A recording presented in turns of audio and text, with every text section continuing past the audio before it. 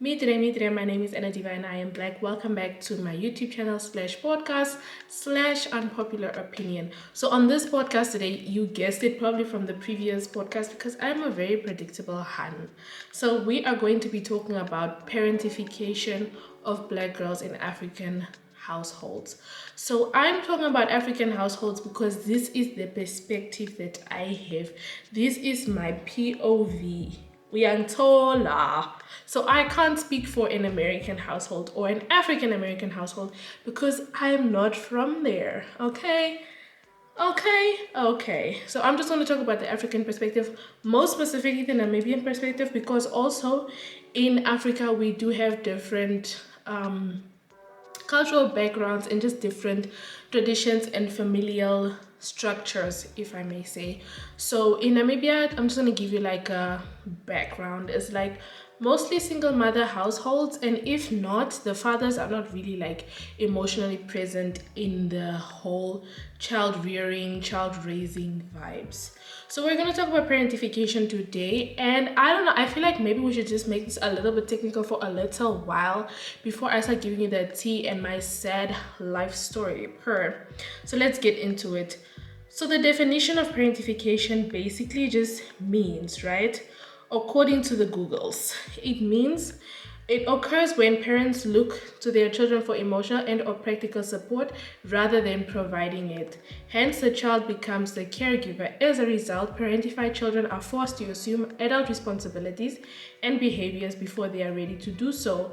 In addition, they do not receive acknowledgement or support for taking on these responsibilities. So, of course, it was coined by an Hungarian American psychiatrist in the field of family therapy. So I just felt like that was important to mention because, of course, it gives you like insight as to how other groups or how other nations basically perceive certain things.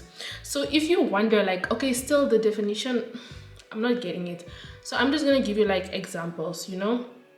So there's two kinds of parentification that is identified in this theory. The first one is instrumental parentification. So this is basically just taking care of your other siblings and your relatives because the parent is unable to, assuming housekeeping duties such as cleaning, cooking, and grocery shopping, paying the Wi-Fi, paying for water, paying for electricity, paying the taxi money for the kids for the week. You basically running errands on behalf of your family, even though you are a child yourself. So, being a caretaker of a parent with a disability, mental illness, or other mental health disorders, and also serving as a translator. This one I've seen a lot on TikToks. If you guys know, like on TikTok, a lot of like Filipino, Latina, and Arab I hope I said the right words. And Arab people, young adults have been like coming out and talking about this whole like having to translate official documents for their parents, even though they were kids themselves. Because obviously at the age of 8, even though I understand the English language, I don't understand like legal jargon that is used in these documents. But anyways, moving on from that, so it can also be emotional in the sense of like listening to your parent talk about their problems, like them telling you their money problems or problems they have with your father or problems that they have in their romantic relationship. As a child, it's really not on brand to have to listen to your parents their problems, because it doesn't make sense. Like, as a child, how am I supposed to listen to my parents' problems and then try to come up with a solution? I'm 8 years old, ma'am. I don't know if you should unfriend Sarafina on Facebook or not. Like, what do I know? What do I know, ma'am? I'm just 8. And then we also have offering advice to the parent, which is not on brand. If you're a parent and you have kids, please don't ask your kids to give you advice on things if they are not in the position to do so. And then also serving as a confidant for your parents. This one I know we all experience as Black children, having our mothers tell us like problems with their health, problems with their partners, just problems in general, and also providing emotional comfort and support for the parent.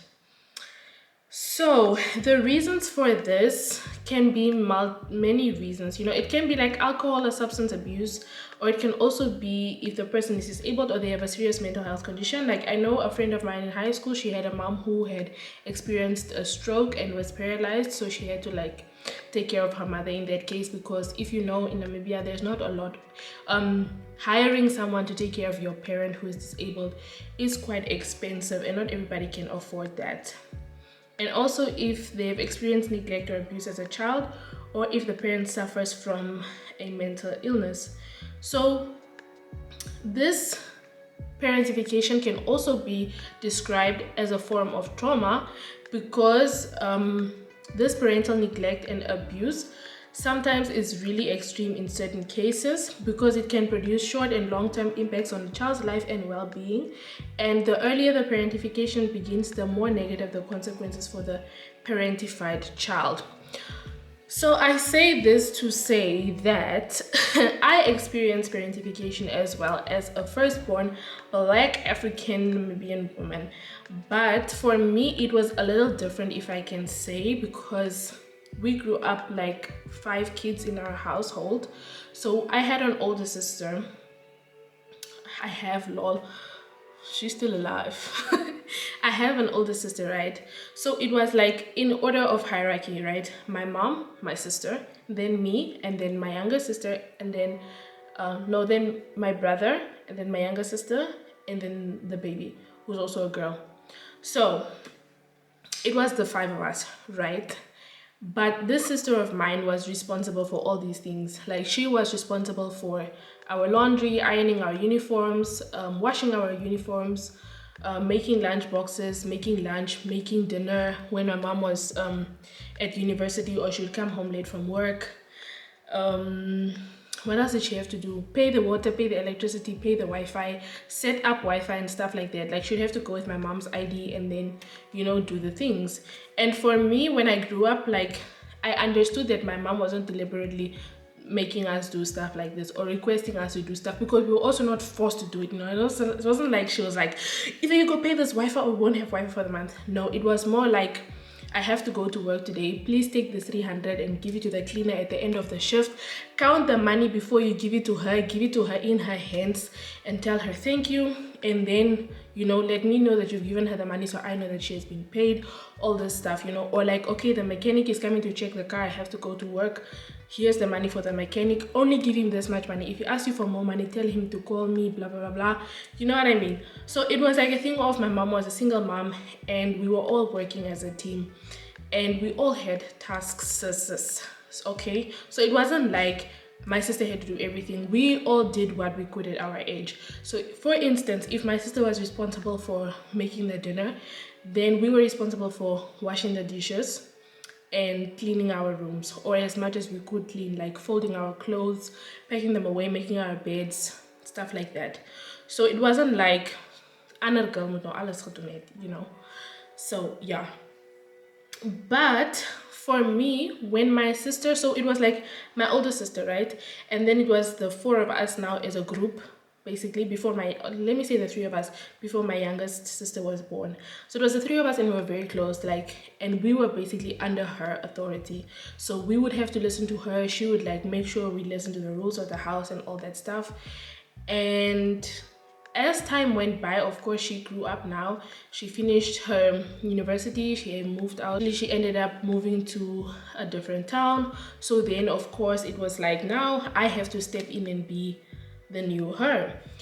But for me, it was hard because I had already formed this alliance with my other siblings, right? That we are the ones who don't take instruction from anybody and we do our own thing. So it was hard for me now to be on the other side of the team while I was on their side. Do you know what I mean? So now it was like, I have to discipline the people that I used to break the rules with, and I have to make sure everybody's doing everything that I never used to do. You know what I mean?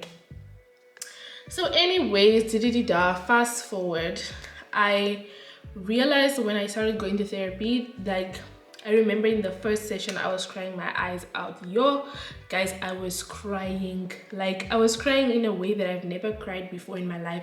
I was literally wailing. At some point there were like no sounds coming out of my mouth anymore, and she only asked me one question. She asked me, why are you here today? It just set off every single thing I've ever gone through in my life. It was traumatizing. But anyways, so when she asked me that, I was like, damn girl, why are we here? Like I really thought I was just gonna go there and I was just gonna tell her, you know, I've been feeling like this and I have this and this going on right now, and I'm about to finish my degree and I'm just so stressed, you know, and my lecturers hate me because I'm a bad bitch and they feel like I'm not smart enough even though I'm killing it in the books, and I don't go to class because mentally I just cannot prepare myself to go and listen to someone read from the PowerPoints, and then I have to like pay taxi money for that. So you know, and I also didn't have taxi money because life was also hard at the time, and I was like doing nails on the side and I was also exhausted from that. It was just a lot going on. Wow. Anyways, so I was crying man mad, and it actually made me think as we went along with the sessions, right?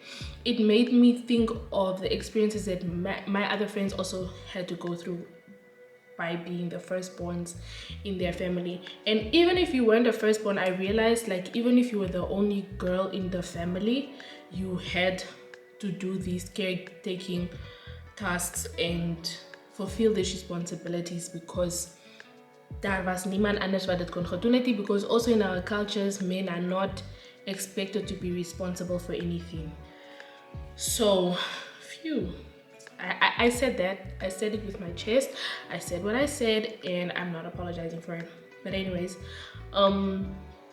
before I digress, and I just felt like I started asking myself a lot of questions. Like she asked me for instance questions about my childhood, and I honestly don't remember having much of a childhood until I had a childhood until my sister moved out, and that was when she was like I think 17 and 20 something, 23, 22, and I was still in my early teens because she was much older than me.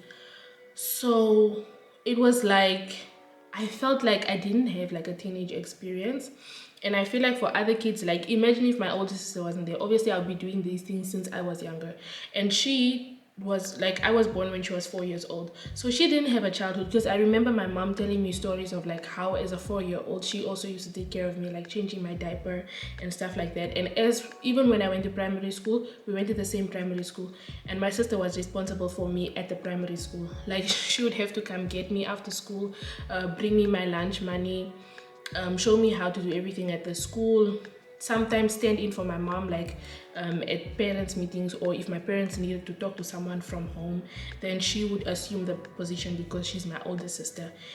And by older sister I mean this girl is in grade 7 and I'm in grade 1.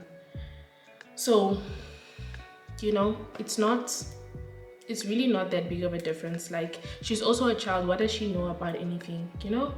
So yeah. And I realized that like I didn't have much of like a teenage experience because I was responsible for doing so many things. Like I remember when I finally got my ID, I had to start taking my younger siblings to the hospitals and clinics, like whenever they had health issues. And I honestly didn't mind it, but it was like my mom had like absolved herself from those responsibilities. It was like completely my thing now.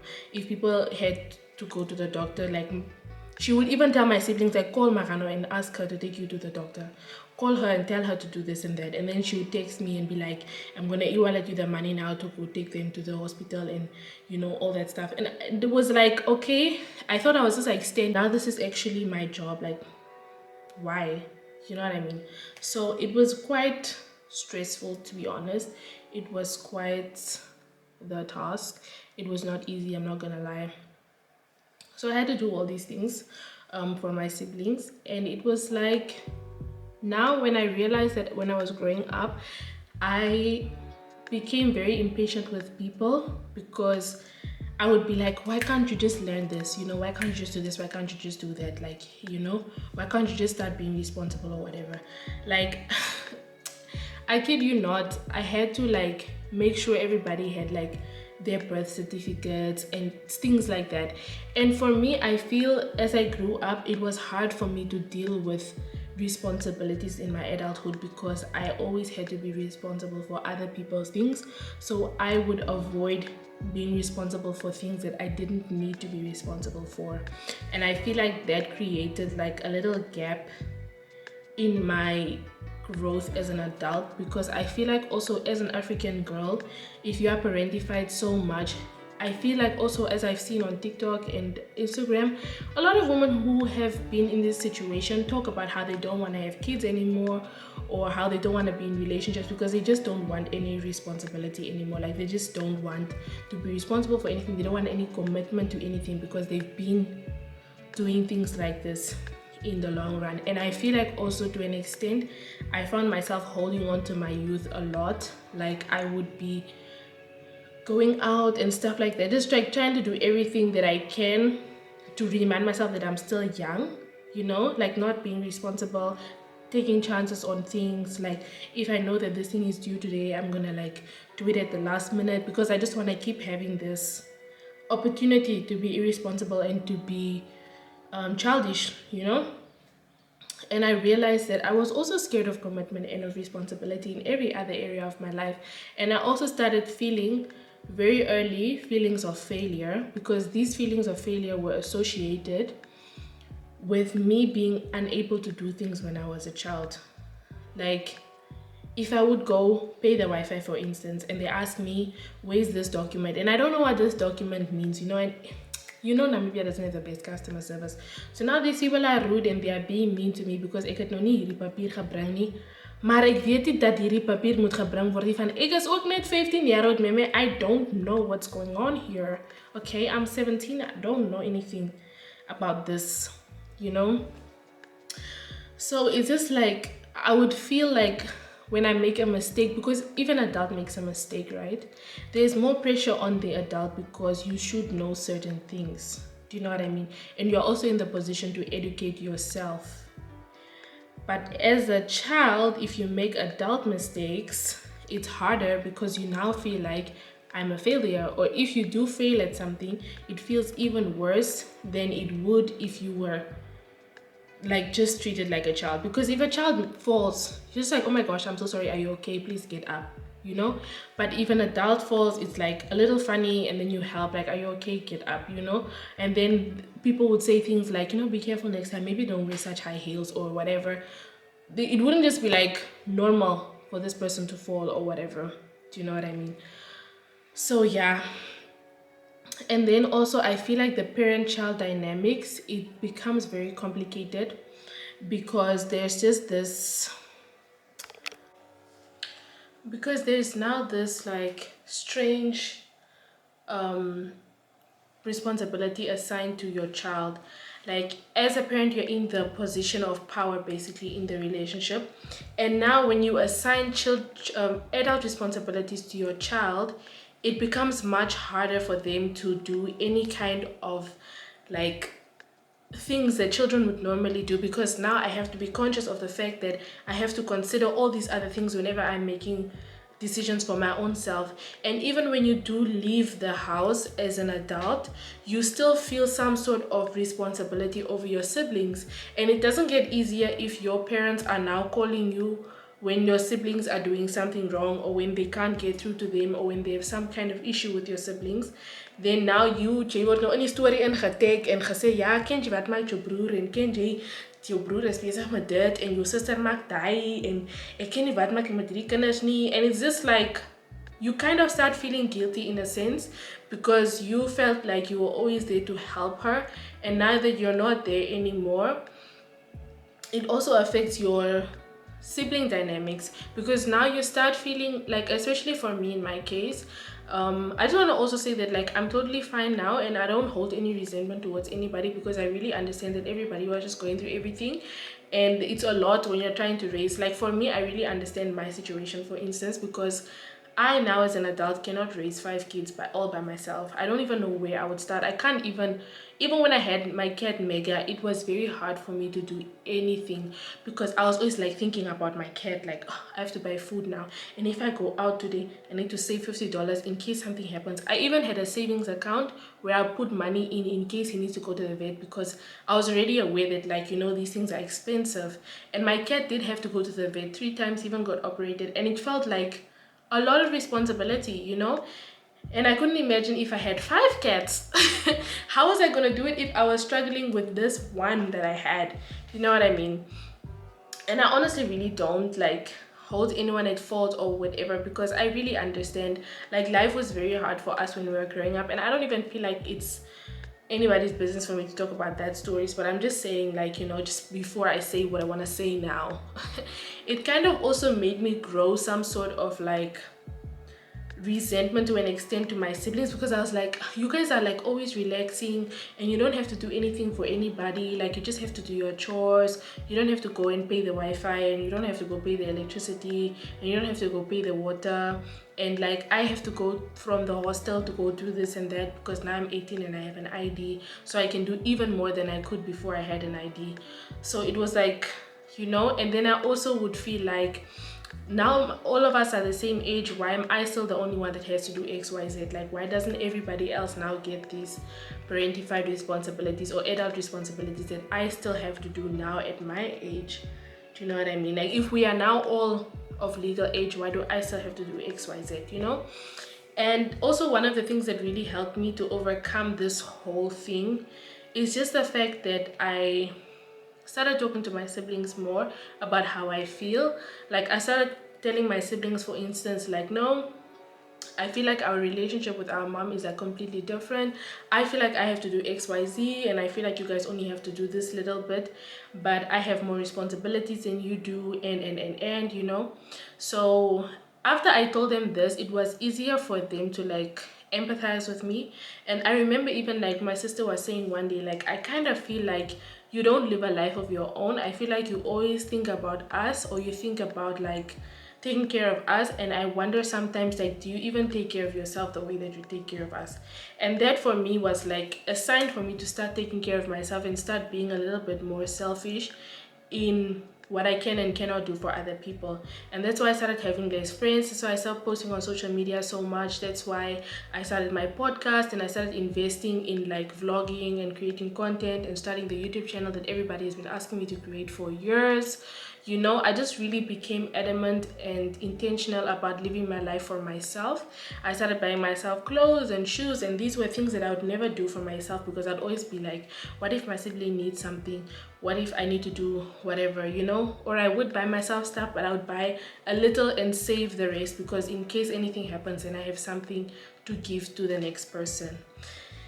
And I say this to say that if you are a mother out there and you're listening to this podcast, I know we're of childbearing age, especially my lesson, because if you have a child, and I understand, especially if you're a single parent, it's easy for you to see your child as your teammate and not as someone that needs care, because what's going to start happening is that your child is going to put their own feelings and their needs in the back seat to take care of you, or not even to take care of you, but they won't be sharing their problems as much, because ek moet my ma se probleme luister.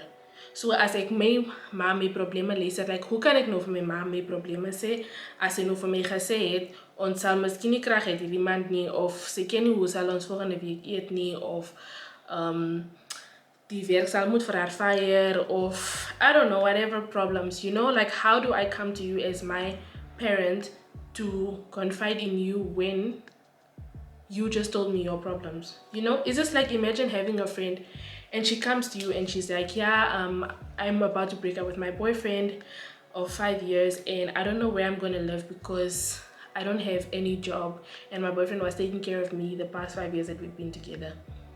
I'm not gonna come to my friend tomorrow and tell her like, yo, Chomi, I'm actually contemplating if I should buy a MacBook or an iPhone because I don't know if the Pro Max, because obviously at this point, this dilemma that I have seems so tiny to this problem that she's just exposed to me. So I'm just gonna keep quiet, most. Or Exactly. So that's what I feel like happens to us as African girls, especially if we are the only girl in the family or the firstborn.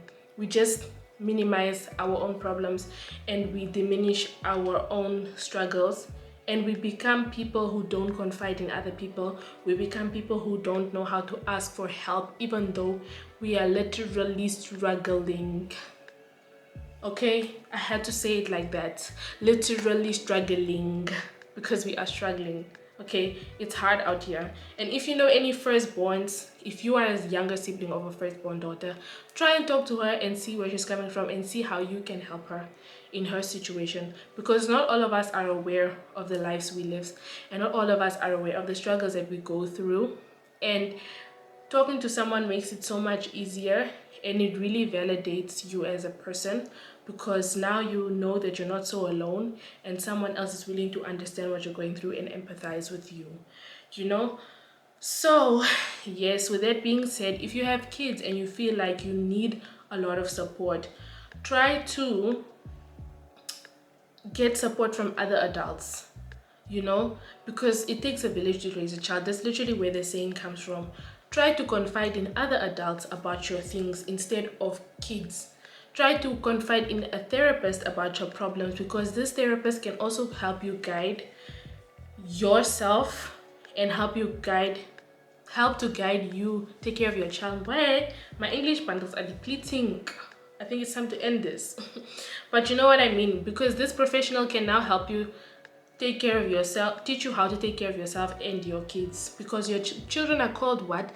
Dependents, because they are dependent on you as an adult and as their parent. Okay, children are not legally able to do anything for themselves. Okay, so you are the one that they need for the next 18 to 21 years before they can make their own decisions, right? So try to do better and know better. Try to get help. There's no shame in reaching out and asking for help. I would rather ask for help than have a child grow up and not want to be a mother and not start a family and not do all these nice things for herself just because of what I put her through. For Sanji. So I say that to say thank you so much for listening. If you have any other points that you want to bring up on this issue, please do comment underneath the video or send us a message on Instagram, and we would really love to discuss more about this, because I feel like, especially like now lately, I've been talking to a lot of my friends who are also first born girls, and we are really going through a lot, and I'm glad that I've reached the space of like talking to my family about these issues that I've been keeping inside for many years. But I would like for everyone to be able to have that space to share with not only their family but also other people that they have relationships with in their lives, because believe it or not, the relationships in your family affect most of the relationships that you have outside as an adult. So thank you so much for watching and listening. Please review the podcast. Thank you so much for watching this video. Thank you so much for listening. Please do like, comment, and subscribe. I know that a lot of you love this visual side of the podcast now, and I'm so happy that I'm able to do this. We thank the gods and my boyfriend for allowing me to use his camera so that I can make these videos. Anyways, yeah, with that being said, play veilig, raak base, pas je op. Thank you so much for being here. See you in the next video. Ciao.